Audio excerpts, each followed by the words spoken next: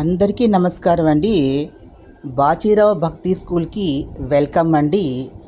అడికృత్తిక ఉత్సవం గురించి, ఈ అడికృత్తిక ఉత్సవం అనేది 5 రోజులు నిర్వహిస్తారు.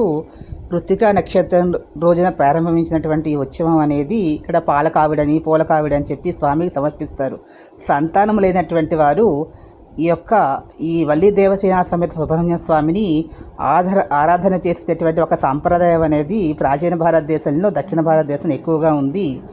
ఈ రోజున ప్రాతः నిద్ర లేచి స్వామికి నమస్కారం చేసుకుని వల్లి దేవసేన సమేత సుబ్రహ్మణ్యం చిత్రపటాన్ని పెట్టుకొని పూజ తమ శక్తి కొలది పుష్పాలతోటి, ఎర్రాక్షింతలతోటి, ఎర్ర చందనంతో, ఎర్రటి పూలతోటి పూజ సమర్పించి స్వామికి ఒక పాయసాన్ని నివేదన చేయడం అనేది ఒక ఆచారం ఉంది. ఆ పాయసం అనేది ఆయన చాలా ప్రీతికరం.